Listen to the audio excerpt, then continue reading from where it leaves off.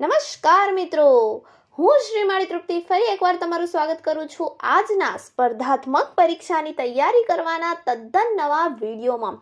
આજે આપણે આવી ગયા છીએ મહાગુજરાત આંદોલન અને ગુજરાતની રાજનીતિની જોરદાર વન લાઇનર ક્વિઝ લઈને। તો ચાલો ફટાફટથી વિડીયો શરૂ કરીએ અને જોઈએ આજનો આપણો પહેલો પ્રશ્ન। ઈસવીસન 1951માં કોની આગેવાની નીચે મહાગુજરાત સીમા સમિતિની રચના થઈ હતી? તો પહેલી વસ્તુ કે મહાગુજરાત સીમા સમિતિની રચના એ 1951માં થઈ હતી અને કોની આગેવાની હેઠળ થઈ હતી? તો જવાબ આવશે સર પુરુષોત્તમ દાસ। સર પુરુષોત્તમ દાસની આગેવાની હેઠળ ઈસવીસન 1951માં મહાગુજરાત સીમા સમિતિની રચના થઈ હતી। આના પછીનો પ્રશ્ન જોઈએ। ગુજરાતનું પાટનગર વડોદરાને બનાવવું જોઈએ તેવું જાહેરમાં સૂચન કરનાર? જવાબ આવશે ઇન્દુભાઈ અમીન। ગુજરાતનું પાટનગર એ વડોદરાને બનાવવું જોઈએ એવું જાહેરમાં સૂચન કરનાર હતા ઇન્દુભાઈ અમીન। પછીનો પ્રશ્ન, મુંબઈમાં ફાટી નીકળેલા તોફાનો માટે 11 દિવસના શાંતિ ઉપવાસ કરનાર? અહીં વાત થઈ રહી છે મુંબઈમાં ફાટી નીકળેલા તોફાનો માટેની, જેમાં 11 દિવસના શાંતિ ઉપવાસ કરનાર હતા શંકરરાવ દેવ। પછીનો પ્રશ્ન જોઈએ, કયા સમાજવાદી નેતાએ મુંબઈ મહારાષ્ટ્રમાં ભેળવી દેવાની હિમાયત કરી હતી? તો મુંબઈને મહારાષ્ટ્રમાં ભેળવી દેવાની હિમાયત કરનાર હતા જયપ્રકાશ નારાયણ। પછીનો પ્રશ્ન જોઈએ, હું મહારાષ્ટ્રીયન છું તો મુંબઈ શહેર ઉપર દાવો કરું, પરંતુ તે પ્રશ્નનો નિર્ણય મુંબઈના ગુજરાતીઓ ઉપર છોડી દઉં છું। આ કથન કોનું છે? તો મિત્રો, હું મહારાષ્ટ્રીયન છું તો મુંબઈ શહેર ઉપર દાવો કરું, પરંતુ તે પ્રશ્નનો નિર્ણય મુંબઈના ગુજરાતીઓ ઉપર છોડી દઉં છું। આ કથન વિનોબા ભાવેનું છે। પછીનો પ્રશ્ન, મુંબઈ વગરનું મહારાષ્ટ્ર માથા વગરના ધડ જેવું છે। આ કથન કોનું છે? તો આ કથન S.K. પાટીલનું છે। ફરી એકવાર, મુંબઈ વગરનું મહારાષ્ટ્ર માથા વગરના ધડ જેવું છે। આ કથન S.K. પાટીલનું છે। જ્યારે હું મહારાષ્ટ્રીયન છું તો મુંબઈ શહેર ઉપર દાવો કરું, પરંતુ તે પ્રશ્નનો નિર્ણય મુંબઈના ગુજરાતીઓ ઉપર છોડી દઉં છું। આ કથન વિનોબા ભાવેનું છે। પછીનો પ્રશ્ન, મુંબઈના કયા ચીફ એન્જિનિયરે અમદાવાદ આવી પાટનગરની બધી માહિતી એકઠી કરી? તો આ ચીફ એન્જિનિયર હતા શ્રી મહિડા। મુંબઈના ચીફ એન્જિનિયર શ્રી મહિડા એ અમદાવાદ આવ્યા અને એ સમયના એટલે કે પાટનગર અમદાવાદની બધી માહિતી એકઠી કરી। પછીનો પ્રશ્ન, રાજ્યસભામાં મુંબઈને મહારાષ્ટ્રમાં ભેળવવાની હિમાયત કરનાર? તો રાજ્યસભામાં મુંબઈને મહારાષ્ટ્રમાં ભેળવવાની હિમાયત કરનાર બે વ્યક્તિ હતા, બાબા સાહેબ આંબેડકર પહેલા અને બીજા હૃદયનાથ કુંજરૂ। આ બંનેએ રાજ્યસભામાં મુંબઈને મહારાષ્ટ્રમાં ભેળવી દેવાની હિમાયત કરી હતી। પછીનો પ્રશ્ન, મુંબઈને અલગ શહેરનો દરજ્જો આપવાના વિરોધમાં રાજીનામું આપવાનો નિર્ણય કરનાર નાણામંત્રી? તો મુંબઈને જો અલગ શહેરનો દરજ્જો આપવામાં આવે તો એના વિરોધમાં રાજીનામું આપવાનો નિર્ણય કરનાર નાણામંત્રી હતા C.D. દેશમુખ। પછીનો પ્રશ્ન, આબુ, બાંસવાડા, ડાંગ અને ઉમરગામને ગુજરાતમાં સમાવવાના દસ્તાવેજી પુરાવા રજૂ કરનાર કોંગ્રેસી નેતા કોણ હતા? તો મિત્રો, આબુ, બાંસવાડા, ડાંગ અને ઉમરગામને ગુજરાતમાં સમાવવાના દસ્તાવેજી પુરાવા રજૂ કરનાર કોંગ્રેસી નેતા હતા નાનુભાઈ દેરાસરી। કોણ હતા? નાનુભાઈ દેરાસરી। પછીનો પ્રશ્ન, મહાગુજરાત આંદોલનનું પ્રથમ સરઘસ ક્યાંથી થયું હતું? તો મિત્રો, જે મહાગુજરાત આંદોલનનું પ્રથમ સરઘસ હતું એ એલિસ બ્રિજ લો કોલેજથી થયું હતું। ક્યાંથી થયું હતું? એલિસ બ્રિજ લો કોલેજથી. અને મહાગુજરાત સીમા સમિતિની રચના એ કોની આગેવાની હેઠળ થઈ હતી? તો સર પુરુષોત્તમ દાસ. કયા વર્ષમાં? તો 1951. પછીનો પ્રશ્ન, મહાગુજરાત આંદોલન સમયે કયા કલેક્ટરે વિદ્યાર્થીઓ પર ગોળીબાર કરવાનો ઓર્ડર આપ્યો હતો? તો આ કલેક્ટર હતા L.R. દલાલ. L.R. દલાલ કલેક્ટરે વિદ્યાર્થીઓ પર ગોળીબાર કરવાનો ઓર્ડર આપ્યો હતો.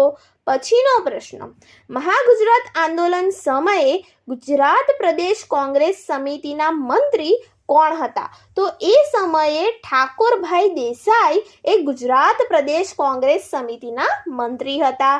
પછીનો પ્રશ્ન, બનાસકાંઠાના કયા યુવાનની પોલીસ ગોળીબારમાં ખોપરી ઉડી ગઈ હતી? તો એ યુવાન હતા પૂનમચંદ. પછીનો પ્રશ્ન, મહાગુજરાત આંદોલનમાં વિદ્યાર્થીઓ અને આગેવાનોએ કયા સંગઠનની રચના કરી? તો આપણે પહેલા જોઈ ગયા મહાગુજરાત સમિતિ. પછીનો પ્રશ્ન, મહાગુજરાત આંદોલનમાં ભાગ ભજવનાર અખબાર કયું હતું? તો મિત્રો આ અખબાર હતું જનસત્તા અને એના તંત્રી હતા રમણલાલ શેઠ. કયું અખબાર હતું? તો જનસત્તા અને તંત્રી હતા રમણલાલ શેઠ. ઘણી વખત આપણને અખબારના પ્રશ્નો પૂછાઈ જતા હોય છે, તો ધ્યાન રાખીશું. મહાગુજરાત આંદોલનમાં ભાગ ભજવનાર અખબાર હતું જનસત્તા અને એના તંત્રી હતા રમણલાલ શેઠ. પછીનો પ્રશ્ન, પ્રજા સમાજવાદી પક્ષના નેતા ડોક્ટર અમૂલ દેસાઈ મોરારજી દેસાઈ ને કઈ સીટ પરથી હરાવીને ધારાસભ્ય બનેલા? તો પ્રજા સમાજવાદી પક્ષના નેતા એ ડોક્ટર અમૂલભાઈ જે હતા એ મોરારજી દેસાઈને વલસાડ ચીખલીની સીટ પરથી હરાવીને ધારાસભ્ય બનેલા. પછીનો પ્રશ્ન, ગુજરાતમાં પ્રજા સમાજવાદી પક્ષની મુખ્ય ઓફિસ કયા વિસ્તારમાં હતી? તો જવાબ આવશે રાયખડ. રાયખડ વિસ્તારમાં પ્રજા સમાજવાદી પક્ષની મુખ્ય ઓફિસ હતી. પછીનો પ્રશ્ન, જાણીતા સાહિત્યકાર સુરેશ દલાલ કયા પક્ષમાં હતા? તો જાણીતા સાહિત્યકાર જે હતા સુરેશ દલાલ એ પ્રજા સમાજવાદી પક્ષમાં હતા. પ્રજા સમાજવાદી પક્ષ. પછીનો પ્રશ્ન, બનાસકાંઠાના કયા કોંગ્રેસ પ્રમુખે રાજીનામું આપીને કહ્યું કે મહાગુજરાતની રચના થયા વગર ધોળી ટોપી પહેરીશ નહીં? તો એ હતા ચુનીભાઈ પટેલ. કોણ હતા? ચુનીભાઈ પટેલ. બનાસકાંઠાના કયા કોંગ્રેસ પ્રમુખે રાજીનામું આપીને કહ્યું કે મહાગુજરાતની રચના થયા વગર ધોળી ટોપી પહેરીશ નહીં? તો એ હતા ચુનીભાઈ પટેલ. આના પછીનો પ્રશ્ન, મિર્ઝાપુરમાં એર ઇન્ડિયાની ઓફિસ પાસે ગોળીબારથી ઘવાયેલ 17 વર્ષના કયા યુવાનનું મૃત્યુ થયું હતું? તો એ હતા પોપટલાલ પંચાલ. પછીનો પ્રશ્ન, મહાગુજરાત આંદોલનમાં ભાગ લેનારા પ્રજા સમાજવાદી પક્ષના આગેવાનો કયા હતા? તો મહાગુજરાત આંદોલનમાં ભાગ લેનાર પ્રજા સમાજવાદી પક્ષના આગેવાનો હતા બ્રહ્મકુમાર ભટ્ટ, નરભેરામ પાણેરી, લીલાધર ભટ્ટ, માર્તંડ શાસ્ત્રી, નરસિંહ મકવાણા અને નટવરલાલ શાહ. પછીનો પ્રશ્ન, H.V. કામઠ ડોક્ટર અમૂલ દેસાઈ કયા પક્ષના નેતા હતા? તો H.V. કામઠ અને ડોક્ટર અમૂલ દેસાઈ એ પ્રજા સમાજવાદી પક્ષના નેતા હતા. કયા પક્ષના નેતા હતા? પ્રજા સમાજવાદી પક્ષ. ફરી એકવાર યાદ કરીએ, જાણીતા સાહિત્યકાર સુરેશ દલાલ પણ પ્રજા સમાજવાદી પક્ષના નેતા હતા. સુરેશ દલાલ પણ પ્રજા સમાજવાદી પક્ષના નેતા હતા. પછીનો પ્રશ્ન, મોરારજીની અમદાવાદ સભામાં કેટલાની ધરપકડ થઈ હતી? તો આ સંખ્યા હતી 75. 75 લોકોની ધરપકડ મોરારજીની અમદાવાદ સભામાં થઈ હતી. પછીનો પ્રશ્ન, દ્વિભાષી મુંબઈ રાજ્યને ટેકો આપનાર સાહિત્યકાર? તો આ ટેકો આપનાર સાહિત્યકાર હતા કનૈયાલાલ મુનશી. ફરી એકવાર, જાણીતા સાહિત્યકાર સુરેશ દલાલ એ કયા પક્ષમાં હતા? તો પ્રજા સમાજવાદી પક્ષ. અને દ્વિભાષી મુંબઈ રાજ્ય ને ટેકો આપનાર સાહિત્યકાર હતા કનૈયાલાલ મુનશી. પછીનો પ્રશ્ન, કોંગ્રેસના કાર્યકરો અને જનતા વચ્ચે સંપર્ક તૂટી ગયો છે, તેથી કોંગ્રેસના કાર્યકરોએ લોકોના શત્રુ બનીને નહીં પરંતુ સાથી બનીને રહેવું જોઈએ. આ વિધાન કોનું છે? તો મિત્રો, કોંગ્રેસના કાર્યકરો અને જનતા વચ્ચે સંપર્ક તૂટી ગયો છે, તેથી કોંગ્રેસના કાર્યકરોએ લોકોના શત્રુ બનીને નહીં પરંતુ સાથી બનીને રહેવું જોઈએ. આ વિધાન જવાહરલાલ નહેરુનું છે.